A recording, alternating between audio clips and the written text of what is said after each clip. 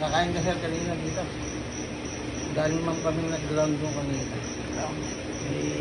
Kasama po si Sir Kelsey, nakaupo na babae po ma'am dito.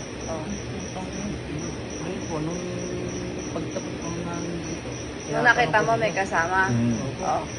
Nung pagtapat namin dito, tinatanong ko siya kung wala yung kasama. Eh, kakaluto ko lang.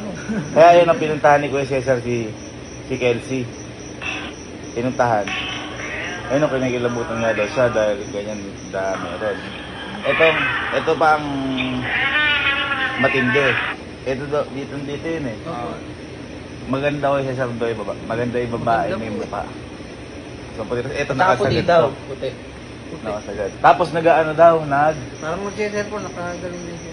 Das boy, wala akong nararamdaman. Isa kasi kakaluto ko lang. Kakaluto ko lang. Kakaluto ko lang Dito daw talaga. yun.